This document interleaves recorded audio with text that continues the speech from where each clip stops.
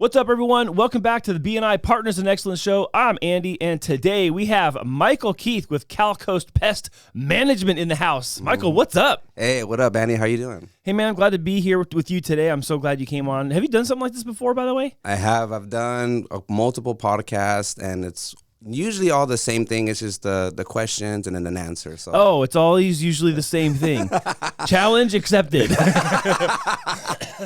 Let's go. Oh, well, so what are the other ones you've done? Tell me about them. So I've done multiple podcasts with just pest control, and I did one with, God, I can't remember the name of it. I think it's called Business Warriors or something like that. It's a national city. Mm-hmm. Mainly it's all pest control related, and they always invite me because for some reason they like the way I speak, they like the way I say, they like our social media, et cetera, et cetera. I'm not sure why, but it's always fun to do the podcast. It's really fun. The show's name isn't called What's Bugging You, is it? It is not. Mark Johnson is about to steal that dad joke. Actually, on that note, there's got to be like a ton of terrible like bug puns and insect jokes, right? Like, is that just like par for the course? I don't know anybody that is brave enough to talk about jokes because they probably feel like if they say a joke, no one will laugh, and then they'll feel, they probably want to hide. So what you're saying is I should have much more self-awareness about my terrible jokes because speaking of third person, if someone had pest jokes, they really shouldn't say them. No. Oh, they should say them, have the courage to say them because maybe they'll find it that somebody may find them funny. But they will never know until they say it. I don't know if there's. I mean, I was wondering if there are any good ones you've heard ever.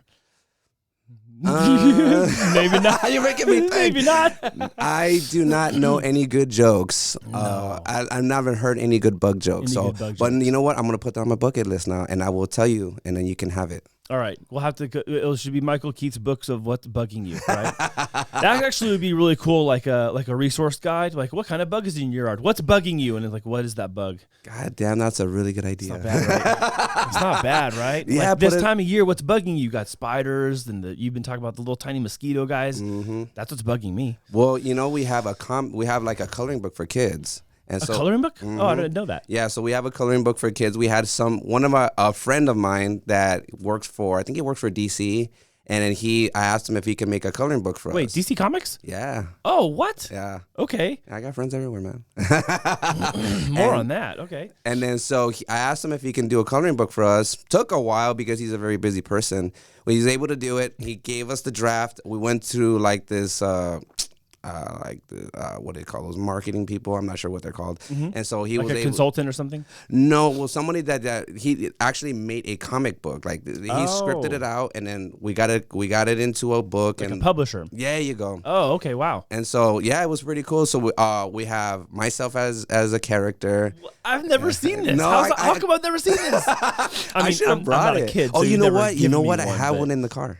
Oh, I want to see it. I want to see it once before I leave. Okay. I will give you a coloring book. Have you told anybody about this before? Am I just late to the party? Is that the deal? No, I'm selective with that for some reason. Like if it happens to come up, like for example, if I'm at a customer's house and I see they have a bunch of kids, I'm like, hey, I have something for your kids, and so I have coloring books. Like, oh my god, this is awesome. It's really cool. It's really cool. Even like the crayons are on there. We have our Vans in the back. It's a kind of some marketing / entertainment for kids / like wanting to do something to give back. That's one version of us to give back and to make it fun and marketing. It's just all in one. It checks all the boxes. It's pretty unique and different. I don't think I've ever seen, like, you go to a restaurant and they have like the little placemat thing, like, oh, you want some crayons? Like, I never had thought that it would be something that you do with pest control or pest management. I believe, you know what? I try to disassociate pest control with anything that I do. Yeah. Because everybody thinks cliche, like pest control should be killing bugs and all this stuff. So I remove myself from those thought process and those stigmas, and I just think about things that are giving. Obviously, like people our customers have kids. Most of them have kids. They want to be very mindful of the bugs that they have. outside because their kids play outside, their kids play inside, or just had a baby, etc. So we want to be mindful of that. So one of the things for us to be mindful is, I know that, you know, stay-at-home moms, they kind of go a little bit crazy because kids are a little bit, you know, a little bit wild.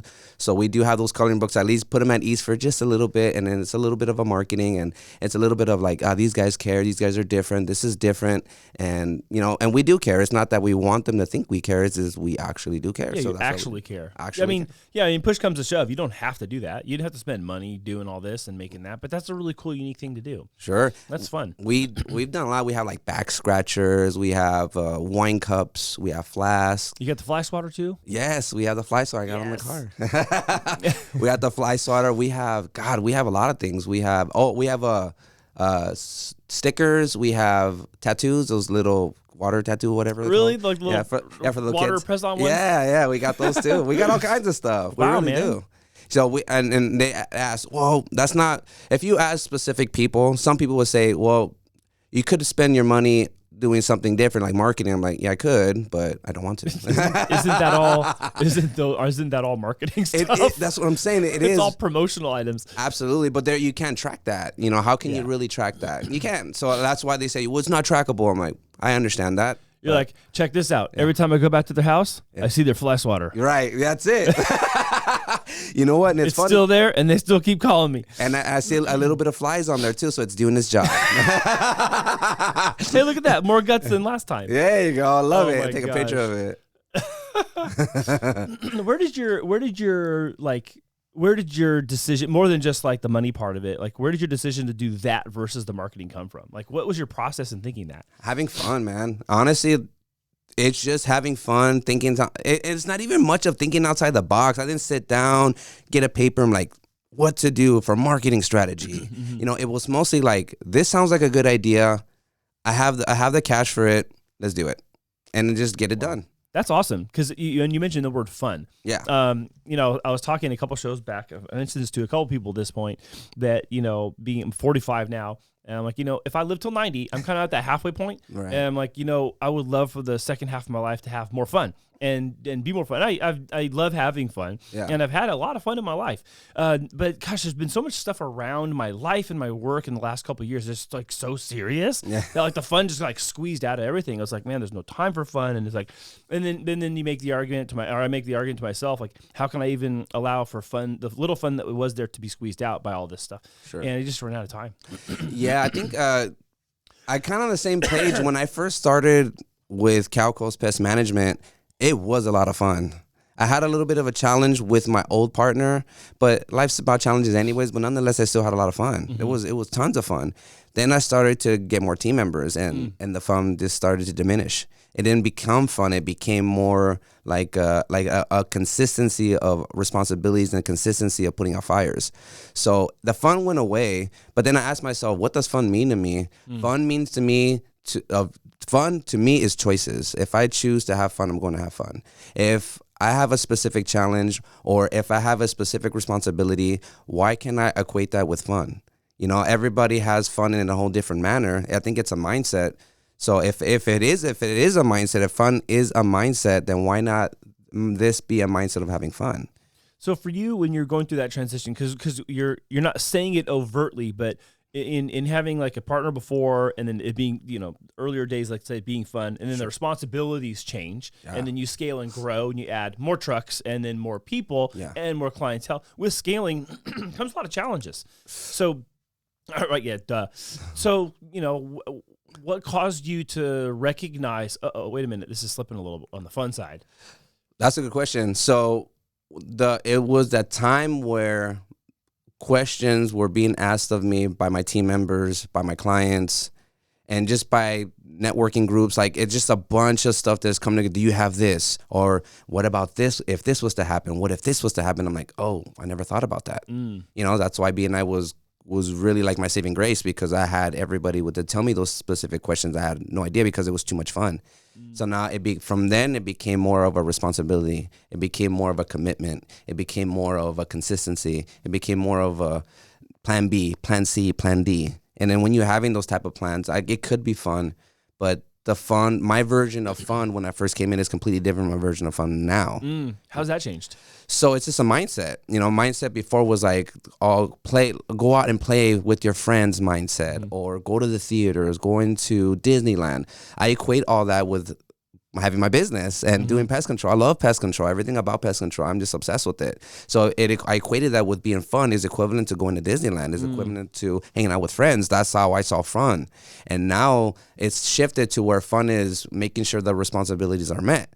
Those are fun times because I get the fun results, not because I feel like it's fun, but I get the results that are favorable to me, to my team members, to my clients, etc. So I equate that to fun. Wow, that's awesome. So it's really like, so it sounds like fun and the goals being met or milestones being hit is they self perpetuate one another. Sure. That's interesting. Yeah. And that changed with age and years of experience and all that, or I don't want to guess, but like what are the things that made that fun? Because sometimes people get, the reason I'm asking is because sometimes you go, oh, the process sucks, I don't want to do it. Right. But you sound like you love the process.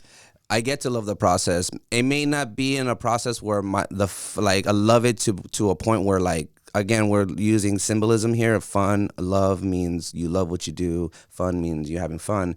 I equate that to just doing, and love does not always have to mean, something that feels good. Love also feels bad. And so I equate love and fun with accomplishment. Regardless of how it looks like. Accomplishment may not look like fun, may not look like I want to do it. Accomplishment is just getting stuff done. And so I equate love and fun with accomplishment. Do you, I think I know the answer to this, but I'm going to ask it anyways. Please. Do you find yourself, even in your passive time, thinking about your business and thinking about how you can be better and develop and grow? Selectively, okay. Yeah. So that sounds like you have to prevent yourself from doing it. Right. Or prevent yourself from always thinking about it. Right, because I feel like we should be in, that's the only thing that we can control is what we think and what we do. So if I cannot control that, then do I really control my life? Probably not. Then who is in control of my life if I can't allow myself to think that way? So I won't ever allow myself to think that way because I control my own destiny, my own life. And so if I want to think about my business, I will, which I do most of the time. Yeah. If I don't want to think about my business, then I don't think about it. So for you've gotten to a place where you can kind of on off. Like, I'm going to think about it right now. I'm going to think about that later. Pause that, park that for later. I'll come back to that at a different time. Right, yes. It's not like consuming and overwhelming you all the time. No, because it's a choice. With that being said, I choose to think about it all the time. So okay. It's kind of a tricky, like a little weird one, but if I need to stop, I will, but I don't. But if I need to, I have the capability to be like, stop, think about something else, done deal. It's over, done. Do you find that, well, actually, let me rephrase that. How do you find fun making its way into your workforce? Like, do they also have, obviously you're the leader, you're the pace setter, you're kind of setting the standard, and you also have your own things that means to you when it comes to accomplishment. Do you think some of those same values are shared by your employees as well? It's never going to be shared. My level is always going to not at all. Like they have zero fun. Oh no. I mean, if we're comparing to if we were doing comparisons to the level of fun and the level of thought process from my business between myself and my team members, it's never going to be the same because mine is infinite. But for them, they do have their share of fun for sure. I mean, they love working here. I mean, obviously, there's going to be times where it's going to be challenging for them, and we all there's hard work. Yeah, it's hard work's hard work. Hard work is hard work. No, you can put a bow on it; it's still hard work. Yeah, but for them, they still love what they do, and this is not because I'm instilling that in their brain. This is a choice that they have, and this is what they tell me. If you was to put them on here and they tell them, "Do you love your job?" They will tell you yes. Is that something you look for when you're hiring people and you're growing your team? Do you look for that kind of like that internal kind of drive and energy that they already have, that they don't need you to supply it every day? Good question. So sometimes, because I've found that if I was just specifically looking for that, I wouldn't have been able to really see the beauty in a person's desire to really go and desire to get feedback. Because I'm already looking for one specific thing, and they may not even know they have it, and it's there. Oh, wow. So my thought process when I go into an interview is, one, I never say it's an interview. I say, let's have a conversation. Let's have a conversation and get to know each other and see where we go from there. And so once we have that conversation, it removes the whole interview process because it's symbolic. And so now we're just having a conversation with one human being to another. And so I become authentic when I have this conversation. However, I obviously don't say certain things because HR will kill me, but I am authentic as it comes when it comes down to just having a conversation with the person that's interested in getting to know myself, getting to know the company, and wanting to be part of our team. So if you're having a conversation and not an interview, like or a formal interview, sure. What's one of your favorite things to get to know about other people? So I want to know what their definition of certain things are. So what is your definition of hard work? What is your definition of culture? What is your definition of supporting people? And why is that? Can you elaborate a little bit more? When you say certain things, does that mean this? Does it mean that? It gets a little bit tricky with the questions, but I believe that this allows me to understand, one, where this person comes from and what their intentions are, or if they don't even know what that is, to reveal what that is and see if they're a good fit or not. Wow. What's one of the most surprising things that's happened during a conversation you had with somebody? Not a lot. Oh, well, the recent person that I just hired. Not a lot. Oh, wait a minute. Never mind. right away. Oh, wait. Wait a minute. He's like, wait a minute, Mike. The new hire that I got, come to find out, he knows a lot about my past. And did you hire Mark Garza, private investigator? I did. You know what? I did hire Mark. I hired Mark Shout Garza. out to Mark Garza. He's like, I know a lot about you. I know, right? I followed you here this morning. Mark did. He's done 3 of our team members. He's done background checks for your members. Yes, he has. But he wasn't the one you were actually interviewing. No. Okay, That would have been pretty cool. But no, the guy that I hired last knew a lot about my past. How does that happen? Is there a lot about you on the internet that I haven't found? No, there's nothing on the internet. You won't find it. Oh shoot! Trust me, I'll make it a deal not to find. You're not gonna find much about me on the internet. Okay. But he knows about me through just the grapevine. Just, he happened to know what I used to do in the past. And he's like, that's you? And I'm like, yeah. He's like, I know people that did this to you. I'm like, oh, funny. I know. Oh, man. Yeah. But the way that I say it, the way that I was responding to that, it's like, well, they know the version of me that did not know himself. Yeah, I get you. That wasn't me. That was a persona and a person that wanted to survive. Yeah. That wasn't me. Yeah, it was a whole different character. It was choices that I made wasn't the choice that I make now. Well, okay, so interesting segue, because I was going to ask you, as much as you're willing to talk about some of those things, okay. You've referenced and you've told some of us and you've told the group, like you came from a different background in a different neighborhood, and you're very successful. And you've mentioned that a lot of your friends you grew up with, they're not. And some of them aren't even here. Some of them are not here with us on earth, and some are now here with us in thought. Like their thought process is completely shattered by drugs. Yeah. So, I mean, how did you find yourself like ultimately getting out of all that? Because, you hear stories from the sidelines, people get, trapped in the I'll just say the neighborhood mentality. Sure. They're running with the gang or whatever they're doing. And then they can't get out, and they just get stuck in that life, and they're forced by various means to continue a path of gang life for their own safety or those of the people around them. Sure. So how did your story turn out like this? Well, I'm going to just fast forward into the reason why, because I don't want to say too much about that. Yeah. No, I'm not asking you to go back there. I'm just saying, Right. you left all that. You're and right. That was in the past, but it goes down to why I left it. That was what happened. That specific moment and that specific time made me realize I need to get the F out. Yeah. What am I doing? It wasn't even the time that I got locked up. It wasn't even that. Even when I got locked up, when I got out, I was still doing shenanigans. But it was that moment of that time when something happened that I was like, I gotta step away. My family's in danger, and I'm in danger, and this is getting too real. Like, it's a little too real. And I stepped away. I moved away for a little bit, came back, and I just became a ghost. Like, wow. I just didn't hang out with the same people. I rarely came out, and I was always scared to come out. I was always really, really paranoid, but the reason why I left is because of fear. I admittedly say that I got to a point where I reached that point of fear. Well, I was scared. sometimes that's the best thing you can do is you got to go away for a little bit. Yeah. You got to go be somewhere else where you're not in the middle of all of it. Right. And then maybe you not even come back sometimes. I mean, I never did. Never came back after that. I think I came back a little bit to see some of the homies, but I wasn't back.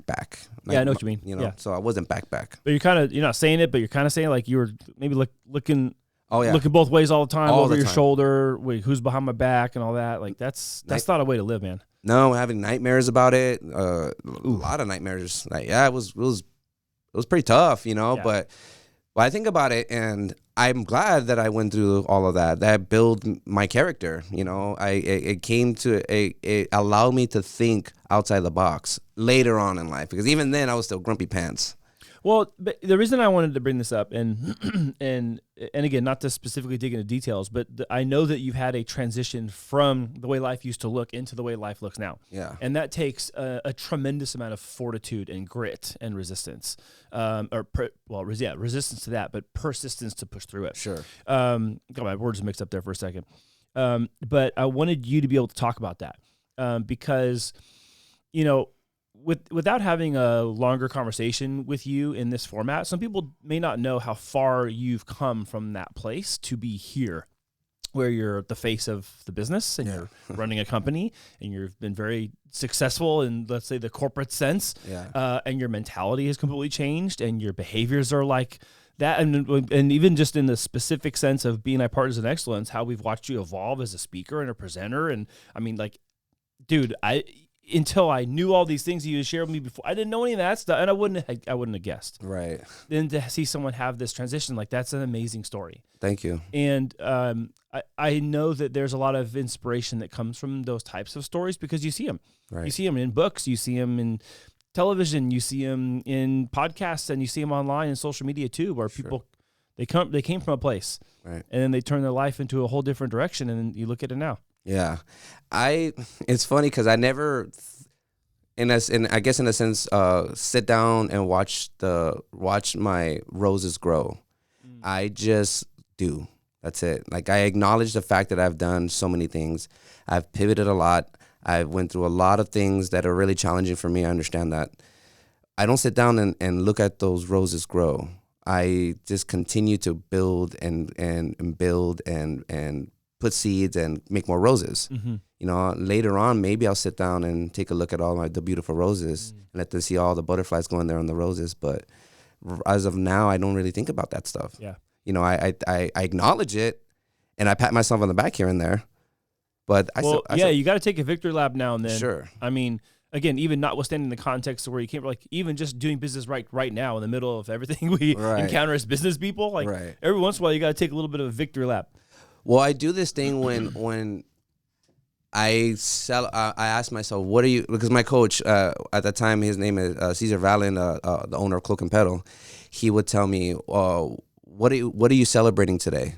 Oh, that's a great question. Oh man, if you haven't, that guy's a guru. Like, he's my mentor. Well, he's built an amazing place. Yeah. I mean, he's a well-known and very well-respected place in San Diego. Oh yeah. I mean, he is just on another level. Yeah. And he used to always tell me when we would meet every Wednesday, he would tell me, what are we celebrating today? And I would resist that. Dang. I would resist that because I'm like, I don't know. And he's like, yes, you do know. You're just pretending not to know. I was like, oh, wow. Yeah. Dang, he's not giving you any wiggle room. No, and I appreciate that from him. And did that take you aback at first? Sorry. Did that take you aback first? Always does. Wait, hold on. Yep. Wait, what? Yep. Always does. And then were you surprised when there was something just underneath the recesses, like just under the surface where your business, think about this, doing that, and then all of a sudden, oh, wait, there is something right there. Right. Honestly, to be honest, I was embarrassed. Like, it felt embarrassing to celebrate my wins. How come? I think on a subconscious level, I didn't feel like I deserved it. I get that. You know what? I get that. Yeah. I totally get that. Because I feel like, I should be doing this. This is what I expect of myself. Why are we celebrating this? Exactly. Okay. Yeah. I 100% get that. Okay. Because even right now, you're saying it, I was like, wait, why? Oh, wait. I get why. Yeah. See? And that's that, like a... I guess I'm kind of like that too. Right. I think with subconscious, we're all like that, but... I can't say we are. I don't read minds, but at least for me, That's why. Because I'm like, well, I still got stuff to do, but it's important to acknowledge celebrations, because we always celebrate the bad. Like, everybody's like, oh, having a bad day, having this, having that, and it's always negative, and it's very easy to celebrate the bad. It's very difficult to celebrate. So what drives attention right now, isn't it crazy? Yeah, like drama and victimization and having problems is what gives you attention. Right, and that's the wrong attention to have for me. So I don't allow myself to use those type of verbiages. I allow myself to use nothing but verbiages that are going to give me some sort of superpower, superhuman strength. Back to the whole DC Comics thing. Yeah, exactly. it's all coming together. Yeah. All these common themes are popping up in our convo, Michael. I know. Well, that's a shout out to Jason. Hopefully, he can put that in his new comic that he's coming up with. Dude, that would be so cool if he like had a wait. Has he drawn a character that's like aside from what you had to make for you? Yeah. Is there like any parts of you that he's actually put into a comic or a store before? No. Dude, he's got to. He's got to. There's got to be something. Now there. that he hears this, there you go, Jason. Put me in your comic. You have to send him this. Like, hey, man, we were talking about you on a show. Fast forward like 12 months later, like, oh, shoot, look at that. There it is. I'm in a comic book. You're going to just get one in the mail. I don't mind this. I don't mind having a cape, Jason, just so you know. Oh, a cape. A bug cape. What would, I was going to ask you, since you brought it up, what would you want your character to be? If you was to make a character, what would it be? It would be exactly how I stand right now. It wouldn't be Ant-Man? Just kidding. There's already an Ant-Man. Hold on. Spider-Man? How about a Roach Man? Okay. Roach No, just kidding. How about Roach Coach? And he's like it's like a coach with a clipboard and a whistle. And he's got his own little Roach football team. That would be pretty clever. The Roach Coach. No? No. Little play on those lunch trucks. Damn, those lunch trucks are good, aren't they? Oh, dude, I wouldn't want to eat those lunch trucks no more. I was like, I don't know. We need to make like a Michael's top 10 restaurants to go to. Like, here's the thing, man. I don't want to know where you go and serve. Because like I like the places I like. But at the same time, I'm like, oh, man, I wonder if I should be here or not. Well, if I'm eating there, that tells you everything. Well, yeah, duh. But like, the only person that we know that's tailing you every day is Mark Garza. That's true. So Mark Garza is the only one that knows every restaurant you're going to. How am I going to find out? We need to make Michael's top 10. Hey, Mark, share the beans. Sharing is caring. Or top 10. How many would you say are like your top? Do you have a top? Is it a top 10 or is it a top 3, top 20? How many restaurants would you say like, hey, these are the... Well, obviously, if I was to say, I have quite a bit, but obviously Cloak and Pedal is number 1. Shout out to Cloak and Pedal. Number 2 would be, what is that place called? It's called Blue Water. The Blue Water on Washington. Oh, okay, my goodness. We service that, but that place is so good. Well, here's the thing I was going to bring up. Like, you're servicing places and doing it well, which means, okay, now you can go there too. Yeah, yes. Because I know you talked, I've kind of like picked it up a couple times. Like, oh, we just picked up this new restaurant. I won't tell you which one it is. Like, Until I'm finished with it. Well, their pest management is about to get a whole overhaul. I like to share. You know what I'm saying? I like to share. Those are like kind of like my wins too, because we obviously service commercial facilities, which is restaurants, and we know what we're doing. I mean, I went to the health and hygiene department in New York by a guy named Bobby Corrigan. He's the best rodentologist in the world. And when 3 days, I was lucky enough to be invited because I was very, very persistent. Like, hey, Bobby, don't forget about me. And then all of a sudden, Bobby's like, guy from San Diego, come down. I was like, and he's a very introverted person. He's very shy. But when he speaks, oh, whoa, like he is so informative. In our industry, he's a legend in our industry. Absolute legend. Wow. I was honored to be invited and learn a lot. And then I've also gone to a place called the West Coast Rodent Academy. That's in Irvine. West Coast Rodent Academy. Yes. Okay. Yes. There's a school for this. Okay. Hold on. Coffee sip. You know what? Their titles are rodentologist. I heard you say that about Bobby. Rodentologist. So that's okay. They exist. It's not a make believe name. It's a make believe title. It is a real thing. You can look it up online. We've heard you talk about this in your presentations and mentioned like, oh, I'm this course, we're getting this certification, we're getting this degree. There's a lot to that. It's not just like show up with some chemicals and like spray stuff around. No, we are in the health department, believe it or not. because we're combating vector disease, vector pests. So any like fleas, vector, mosquitoes, I hate fleas. Yeah, and mosquitoes. And they're both of them are both vector diseases. They can transfer diseases, and they can cause. I won't be able to tell you what diseases they are. I can tell you there's 55 of them, and they're all pretty deadly. I can tell you one of them. It was the cause of the bubonic plague. Come on, man. I mean, I know it's a real thing. I'm not pretending like that didn't exist, but it's still kind of like get a little itchy, don't you? But you're here. Hey, you're here. You're wearing the shirt. Someone's got to do it, right? Exactly. It's I'm telling you, it's a cape. We're like superheroes. We are responsible for preventing diseases from happening, or responsible for businesses like restaurants to flourish and not get shut down by the health department. I don't think people think of that. Sorry, I'm interrupting you. No, go ahead. I don't think people think of that. They don't. I think people just think, oh, this is inconvenient. Right. And I don't want this nuisance in my life. Right. They don't think how much preventative stuff happens so that even worse stuff doesn't occur. Absolutely. Because if it's not controlled and managed, right? Right. It can get out of hand pretty quick, yeah? Very, very fast, because people are not mindful of stuff like that. We're talking about a type of pest that is unseen. They can go into boxes. You don't go into every single boxes to see what they have. You go through boxes to get your produce out of there or your products out of there. You don't see if there's any bugs in there. And all of a sudden you have roaches. Roaches are prone to unsanitary conditions or fermented water. And all of a sudden they are nesting inside your kitchen, and they reproduce at an alarming rate. And all of a sudden you have an infestation. And then you're serving your customer or your client, whatever title you want to put, a food that has roaches in it. That's not a very pleasant thing to have. Bro, that's pass. And they can get sick, and they can give you a bad name. There's a lot on the line. You get closed down. Absolutely. I mean, health department will show up right away. Right away, shut Boom, you down. You're done. And all of a sudden, you're losing thousands of dollars. And then not only that, but your team members are out with no pay. Well, your employees are out of work. Right. Yeah, I mean, oh yeah. It can get really ugly. And so for us, that's why the cape is appropriate, because we come in there, we assess, and then we take care of, and then we maintain it, because they're like, well, we definitely need your service on an ongoing maintenance. I'm like, yeah, I could have told you that, but thank you for acknowledging that. Yeah. And so it's important for us. We're in the health sector. We are. Some people think we're just spray jockeys and we spray and go.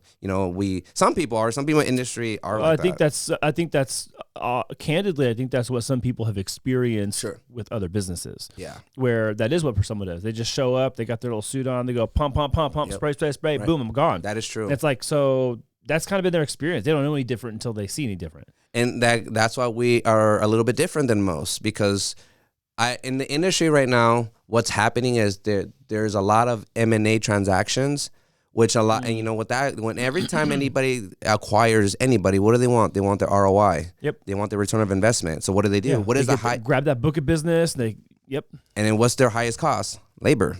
And what do they do with that? They cut their labor costs. You cut redundancies. Yep. And then what happens then? Culture changes. And then what happens then? People decide to either leave or do not so great of a job. Yeah. And so you're getting now converted spray jockeys. And so we are not trying to be like that. That's why I asked myself, why am I doing this? Because there can be plenty of reasons or perceptions why I am running a business, and pest control business specifically.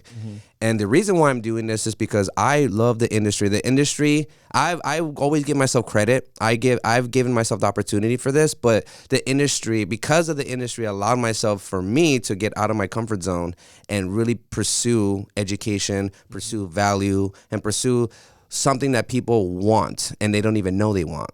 So it allowed me to really explore those deep thoughts. And so now we're formulated it into an SOP. Yeah, and I think that's something that needs to be, we make a pit stop and highlight, because for a lot of what you're discussing when it comes to doing pest management, there is a standard and quality of care, kind of minimum. Sure. And then there's you guys. You guys, you have explained, and I'm saying that to not kiss your butt. I'm saying it's because you've explained that to so many of us in the group, in individual, but as in the group setting as well, how much education goes into each of your technicians knowing everything that they need to know beyond the requirement. Sure. And I think that says a lot about your depth of care. Right. And then on the customer side, that's seen too. Right. And they actually know all the things they're talking about. It's not just some quick talking points on a note sheet. Oh yeah, so they this and that. No, they know what they're talking about. Absolutely. And they know how to care for it. Right. And that does separate you from pretty much everybody else, dude. Well, if you're going back to what we talked about the interview, I selectively picked these people for a reason. I believe their characteristics, the answers that they give, and what they've shown shows that, one, they're able to take feedback, because that's very important. If you don't allow yourself to take feedback, then you're living in your own world. And if you're living in your own world and you're living in a world with other people, but you're stuck in your own world, then you're stuck with a specific mindset, and a mindset that people may not agree with and may not want to be a part of. So I want to make sure that they are accepted to feedback, because that means it's equate to trust. And if they trust me, then they can trust the process. Wow, man. Wow, that's amazing. I thought about this. Well, actually, I've thought about this, but it comes very fluently because I believe in it. Even if you didn't have that like locked and loaded, that's already there. Like that's something you've got already stuck in that spot. Like it's just there. It's there. It's not going really nowhere. Cool, man. Yeah. It's embedded in my brain. So tell us a little about like where are you going next? Like where do you envision your business going? What is it you're looking for that you don't have yet that you want? So maybe something you want but don't have, or what's next that like we should be thinking about when it comes to how to help you grow? So growing is perception. So I perceive growth as intellectually growth individually. So I don't see growth as a part of numbers, because that gets distorted. I see growth as a part of individual growth. So with that being said, I want individual growth with my team, and I want people that are looking for individual growth to be a part of our team. Yeah. The numbers, I don't have a number for you, because I don't believe in goals. I believe in challenges. So every day is a challenge. Okay. So every day, depending on what we do and how we serve and how many referrals we get and how much we've grown, that's the right time to get another person. But I cannot give you numbers because I don't believe in that. Well, and I didn't know, even if it was just something maybe non-number specific that you were hoping to have. Like, oh, I want to serve a franchise. Got it. Or something like that. Like, is there something that you have not yet earned yet that you want to earn? Good question. So I don't think about things like that. Like, I guess the military base is one, but that's already locked and loaded. Yeah. So that's going to be happening very soon. Other than that, it's just really residential, because residential, it's the industry's lacking on taking care of people. It really is, you know. It really is. And it's not within the... It's kind of like a lot of things going on there, but I believe that we have the remedy to take care of these residential accounts, these commercial accounts. But as far as like a big account, like a huge account, no, I don't really think about that. Like I said, I just think about day to day and our capabilities, the right people on the bus. What's that book called? Good to Great. Good to Great, with Jim Collins. Yes, I love that book. Yep. And so it's just the right people on the bus. Yeah. That's right people on the bus, wrong people off the bus, right people in the right seat. Exactly. Yeah, man. Boom. That sums it right there, literally. Okay, I want you to tell me a story that really stands out. Okay, because I want to know this, and I want to honor your time as well, because there's still other stuff I want to get to. It's been fascinating. Like, you probably don't even know how much time has passed. I have no. All I know is that the interview with Mark is. I cannot beat that interview with Mark. Mark Johnson, great. He's a fun guy. That was his mushroom joke. I love that joke. Oh, God. I love that joke, It's like Mark. terrible, and it's so good because it's terrible, and it's terrible because it's not good. I don't know. How can something be good and terrible at the same time? I don't know. Good job, Mark. Good job, Mark. It happened. I was honestly surprised when he was like, "Oh yeah," then they bulldozed down my dad's business. I was like, "Wait, what? I've never heard that. I've known Mark for a long time." And he's like, "They bulldozed my dad's business." I was like, Jeez. "Oh, I didn't know that part." Like, I knew the whole gas station in Coronado thing. And I didn't know they He grew up in the mean streets of Coronado. Yeah, man. Dude, that guy's so hard. You got tattoos you can't even see. I know. I won't mess with Mark. So I want you to talk about something that, well, actually, first question. Sure. Have you ever had to like do pest management and like at a hoarder situation? Oh yeah. Oh yeah. Okay, because like you flip the channel sometimes, and you see like hoarders, and you're like, oh my God, that's so crazy. Like, how can people just live in their like stuff and their mess?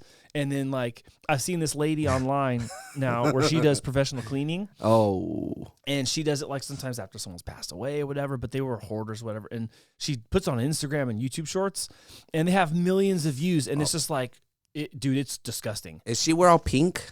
I don't know. Because it's just one that I follow that she goes into some crazy houses. They're all hoarders. Dude, like the fridge is stuck, like shut, and you open it and it's like the food's all molded and there's it's like disgusting. Oh, yeah. So have you been in situations like that? Oh, dude, look at my arms. I don't record it like I don't obviously don't tell their address or anything like that. Sometimes, I feel so gross right now. I just showered and I feel disgusting. So, to be honest, I have a thick skin when it comes down to that. Obviously, you've never been to my office, but clearly I don't have a thick skin. Anybody that's been to my office knows that it's very organized, very clean. Our vehicles are very clean, but I have a thick skin when it comes down to that. Like, I will go into some house that is very, very, very disgusting, Ooh. And they're like, "Oh my God, excuse the mess." I'm like, "This is beyond messy." I don't know what word. It's like a garbage dump. It's like a dump. It's like a garbage. They're living in a land. What is it called? Landfill. Landfill. Yeah. I'm like, Jesus. Man. And they have rats out, everything. I'm like, you gotta be careful. Like, here's what's crazy is like people will live in that. Sure. And then like when you have to go in and treat it, you're wearing the Tyvek suit, you got a mask, you got the respirator and all that. Like everything. But they don't. No. They build up an immune system. They like, dude, we're so much like rats. Rats have built up an immune system and they have the same characteristics, similar characteristics. I won't say the same, similar characteristics. Their anatomy is very similar to us. That's why they test on them. Yeah. Because they're very similar to us. So we can build up an immune system with an unsanitary condition, and that's what most people have. Like homeless people. Crazy. Yeah, it's insane. Because like I want to know more, I also don't. Like, you know what I mean? It's that weird. Like, man, do we dig into this or not? Because it's there. It's in the archives. Digging into stuff, man.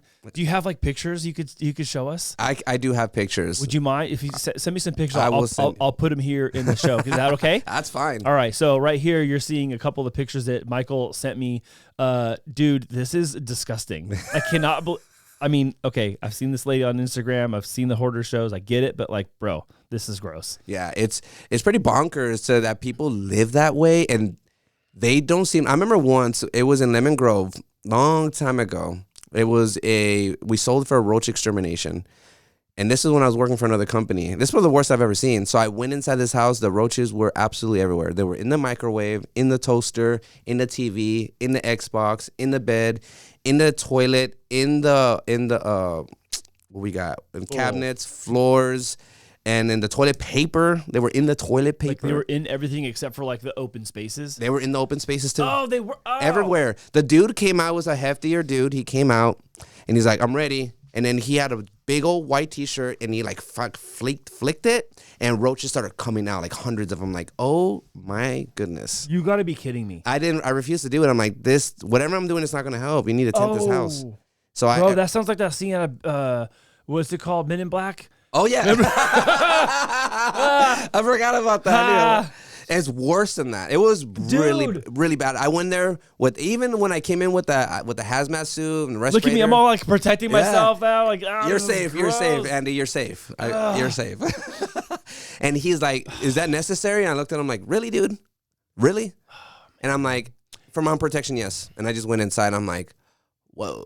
You know, I walked out within like 8-10 minutes. I'm like, yeah, there's nothing I can do here. Oh my gosh. Maybe put it that's so sad though too. I know I'm like reacting right now, but like that also, like if you look at the humanity part of that, like that's really sad. It is. It's tragic that people live in a place like that, don't see it, or maybe their faculties just aren't completely intact where they go, oh, this is not safe for me. Right. That because I know that's happening too. I've seen it a little bit, and I'm like, ooh, okay. Because they need more help than just the help you're bringing. Well, to be honest with you, a lot of it, what we do is psychological too. That's why it is very important to be a good listener in our industry. But we don't have nearly enough people like that. Some people in our industry, they're know-it-alls, and they want to get in and get out. So and I believe that what's been very successful for us is being good listeners. Because sometimes people don't understand why they're doing it. They just do it. They just live life doing. They don't live life understanding. They live life living in somebody else's shoes. And they have no idea until those questions are asked. And they resist those questions. It's uncomfortable. The uncomfortableness is with everybody. Even Mark, I'm saying Mark a lot because he's like, oh, that's why go there. I'm like, I think those questions are meant to be asked in order to understand who you really are. And so when I'm asking specific questions of specific customers like that, it's like some of them cry because not in a sense of like embarrassment, but in a sense of like relief that somebody was willing to ask them these questions. They feel stuck, huh? They feel confused, and and they start to think maybe this is how I feel because that's how I always feel, but I never were able to articulate why. Yeah. And so I never let them off the hook. So I have to be careful to certain questions, of course, because it's a business. But I go as far as I need to go. So some people. Yeah, I mean, it's one thing for me to ask you these and like react like in the comfort of my studio, like, oh, that's gross. But there's the humane side underneath that too, where you know, sometimes people are just unwell. Yeah, and that's some of it too, or they're just so horse blinders on whatever it is that they completely ignored everything that's like literally in front of their face, like around them, and they need to get out. It's really unhealthy, very emotionally, mentally, and definitely physically unhealthy. 100%, I agree with that, and that's one of the things that's why we're in the health sector, on the mental perspective, physical perspective, and the health perspective. Yeah, you know, that's what our industry is about. You know, we're about making sure that these vector diseases are put into a stop. And then people's state of mind are at an ease because we give them relief. We give them peace of mind. And that's priceless sometimes. Yeah. And we give them an opportunity to delegate other things because sometimes I see them like webbing and treating and like, I can't get rid of these spiders. I can't get rid of these ants. I can't get rid of these roaches. I'm like, well, delegate. You know, that's what we're here for. This is what we do. This is what we studied for. This is why we are here. We're not here because of course, to understand yourself is understand value, and value comes with a specific price. We're not a nonprofit. We are a for-profit, but we do have an understanding of wanting to live your life fully. And then I know that it gets rendered with these type of pests. And so that's where we come in. We understand the psychological part of it, the anatomy part of it. We want to understand the products that we're using because we are very intertwined with the manufacturer company and the sales reps. We're really good friends of mine. I've learned so much from them. We're intertwined with entomologists, with guys and gals that are, you know, associates, have their bachelor's, their doctorate. So, I mean, we are all over the place. Man, that's extremely thorough. Very. Again, this is like way beyond like the base standard of, you know, educational requirements to just do the job itself. Like you're really, really thorough. Very. This is what I believe in. You know, I'm thorough because I believe in this. If I didn't believe in this, I wouldn't be thorough. I would just give you a very A, B, C answer. But because it's not good enough for you, is it? No, it's not. Because I understand that there's more to life than just one thing at a time. There's more to it. It's kind of like what I talked about, like understanding that we always have these feelings of challenges, and we resist challenge. And I believe that when you resist challenge, you get to a point where you're scared. And then when you're scared, you prevent yourself from doing anything you want to do. And how does that show up in your life? That every single time that you get scared of something, you resist it, and then you don't reach your full potential. Yeah. I will refuse to really be frightened by challenge. I'm all courage here. Watch out, bugs everywhere. Bugs and bug businesses. Michael's coming for y'all. Together, you're all going down. All of you. If you're in my way, I will politely scoot you to the side. I was gonna say, like, maybe your next truck isn't a truck; you just buy a steamroller. But Cal Coast Pest Management, it's just like a steamroller going down the street. I'm gonna run you over. Oh, you know what? I should get a little like steamroller, a little one. Oh my gosh. What's one of the biggest jobs you've ever had to do?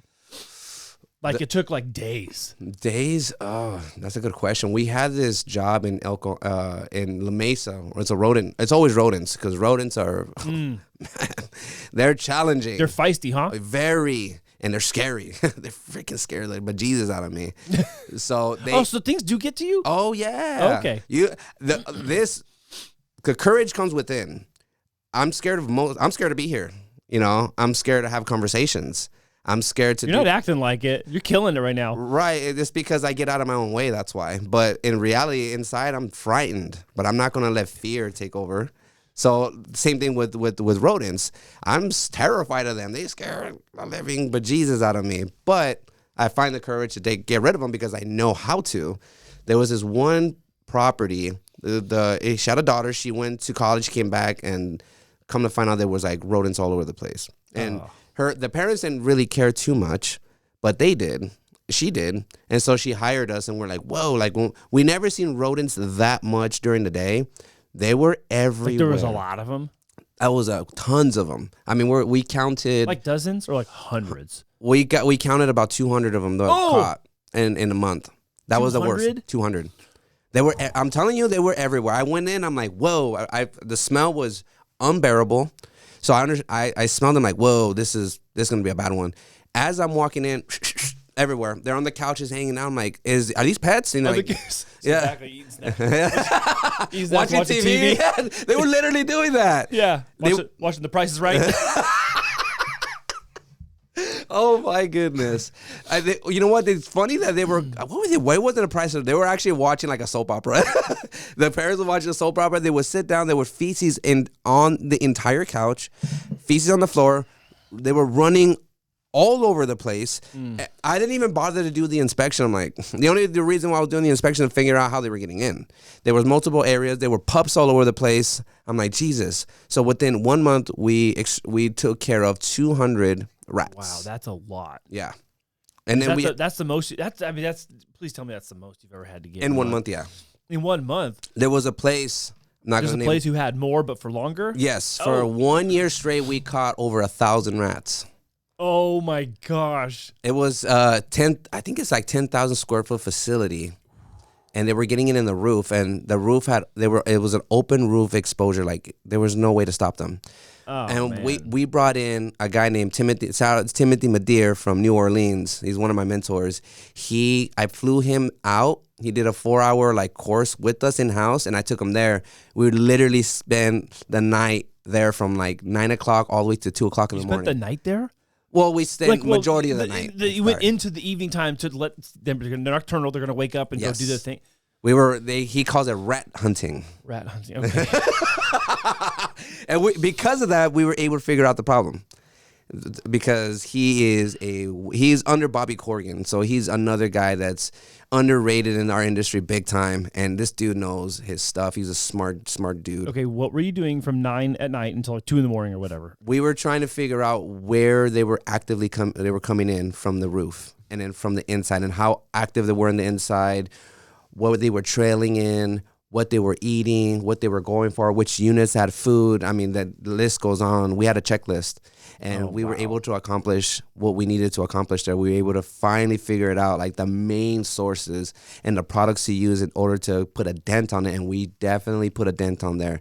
And then even the owner of that facility said, like, if you guys solve this problem, we're going to put a shrine. I'm yet to see a shrine, but... now you can't put the shrine because it's going to admit that's the place that's got the problem. That's true. Yeah. Well, maybe some big old trophy on the front. Cal Coast Pest Management. Oh, that's the one he was talking about. Ugh. I guess the shrine in is a form of referral because, we have 9 of their, was it 9? I think now 9. And they're building more, and they always refer us all the time to other places. Oh, wow. I mean, we get referrals like crazy. Wow, that's crazy. Well, so you fixed our problem. Yeah, the problem was fixed. Took about a year, but Dang. Yeah, I know. Well, I guess that paints I guess that says a couple things. First, how bad a problem can get. Yeah. And then how long it can take to fix that problem and get it under control. Absolutely. Man, that's a lot of rats. You know what the problem is that people underestimate people underestimate all the time, and then specifically with pests, they underestimate rats and underestimate pests.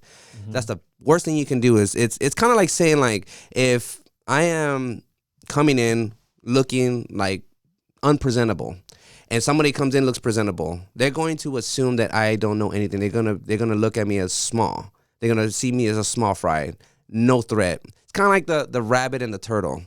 And so that's what people see when they see rodents. They see, they're little, they're dumb. Wrong. They've been living longer than us. They're smart. They're extremely intelligent. They have great muscle memory. Their adaptation to living is it's unbelievable. They're willing to, the willingness to survive is unmatched. And so I don't hold them small, and I don't underestimate any pest or people. What's the biggest rat you've ever found? Geez, it was it was actually one at that facility I was talking about. She was giant. I can't see how long. I didn't measure her, but she was like yay big. Not including the tail? No. Oh. She was humongous. The tail was long, and to top it off, she was giving birth. But I caught her in the trap. As I was like, what is this? And I recorded it, and I took a picture of him like, oh, she was giving birth. Oh, and she was huge. We had another one there. So, wait, hold on. Like a cat-sized rat? No, not that big. Maybe like a little bit, not like a kitten, bigger than a kitten. Maybe like 3 weeks. You went like this, like a foot long, bro. Yeah, no, it was. It was about maybe 8, 9. Okay. It was just humongous. She was a big mama jamma. You hear all these myths about like, New York sewer rats the size of a person. And you're like, I don't know if that's true or not, but that's why I was wondering. I'm like, what's the biggest rat you've ever found? Not true but New York has what you call Norway rats. They're a lot bigger than what we have as roof rats. Roof rats have bigger. So the Teenage Mutant Ninja Turtles is false? Well, I have seen Big Turtles, so maybe not. Splinter's not a real character? Splinter, you know what? She might have been the female Splinter. But she didn't know martial arts, so probably not. Okay, sorry. What were you saying? It's a Norwegian what? They were called the Norway rats. Norway rat. Okay. Small ears, small tails. It got that name because it came from there, or what's the? No, they come from Mongolia. Hold on. Like, we found this thing. We need to name it. What should we name it? Pick a country. Norway. Okay, is that how that happened? I believe. I still to this day don't know why they gave it that name. Called the Norway rat, and it came from Mongolia. Maybe they possibly they came from Mongolia first to Norway, and then from Norway from the ships to here, possibly. And then roof rats, they come from Vietnam. So. And the only native rats we have are we have a couple. The only one I can remember off the top of my head are field mice. I'm going to tell you something, man. I'm really glad that you know all this, because if I had to like learn about all these different varieties, I would feel so burdened by that. And like, just like, I mean, I don't know. I think I sometimes say I'm very selective sometimes. Some people don't care to know this stuff. So I No, it's great. I'm saying it's great that you do. Sure. It's amazing that you know this stuff, because clearly you're thorough. Like I was saying earlier, you know your job. You know things in and out. You consulted with the leading most experts about every single part of this. Yes. Of insect and rodents, and it's like, that just stands out, man. Yeah. And as much as it might make me feel uncomfortable in certain things, like, that's gross and icky, it's also fascinating too. Like, there's so much to this. There's a lot. People, like I said, people know what they know and they know what they don't know. Once they have a conversation with our team or myself, they're like, whoa, this is not what I expected in a company. I'm like, yeah, I understand that. Yeah. We get that a lot. we get almost every day.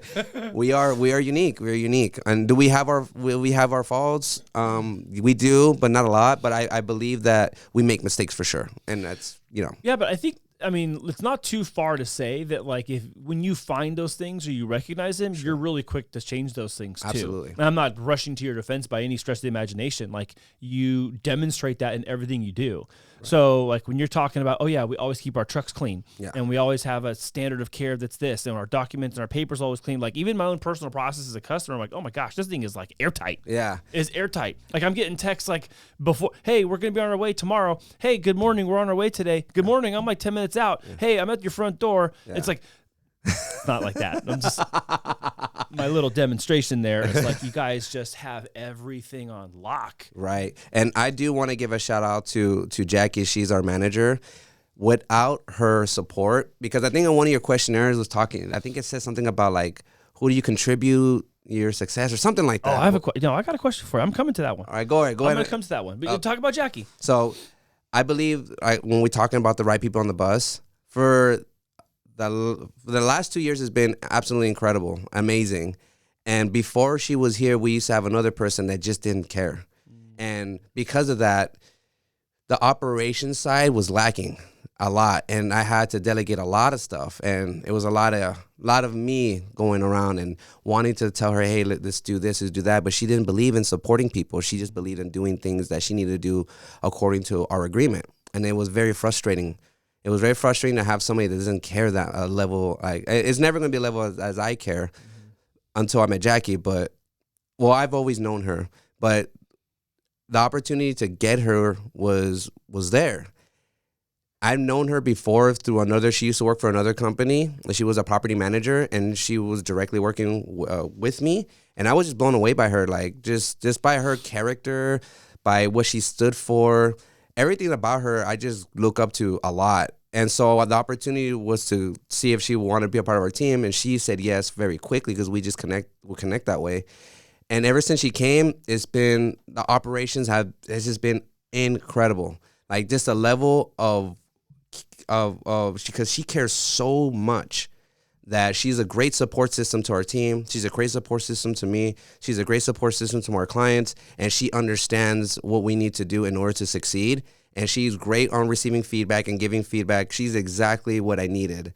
And now because of her, we have gotten to a level of confidence and a level of support. So now it feels like we could take on the world with having her here. So, wow. So shout out to Jackie. Wow, that's amazing, man. Yeah, she's incredible. That's great. But she was a missing piece of our puzzle.